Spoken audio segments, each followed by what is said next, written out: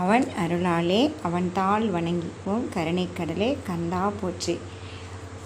கந்த சஷ்டி விரதத்துடைய 32ஆம் நாளுங்க. இன்றைக்கி நம்ம பாராயணம் பண்ண போகிற திருப்புகள் நாளும் மிகுத்த கசிவாகி பொது திருப்புகள்ங்க.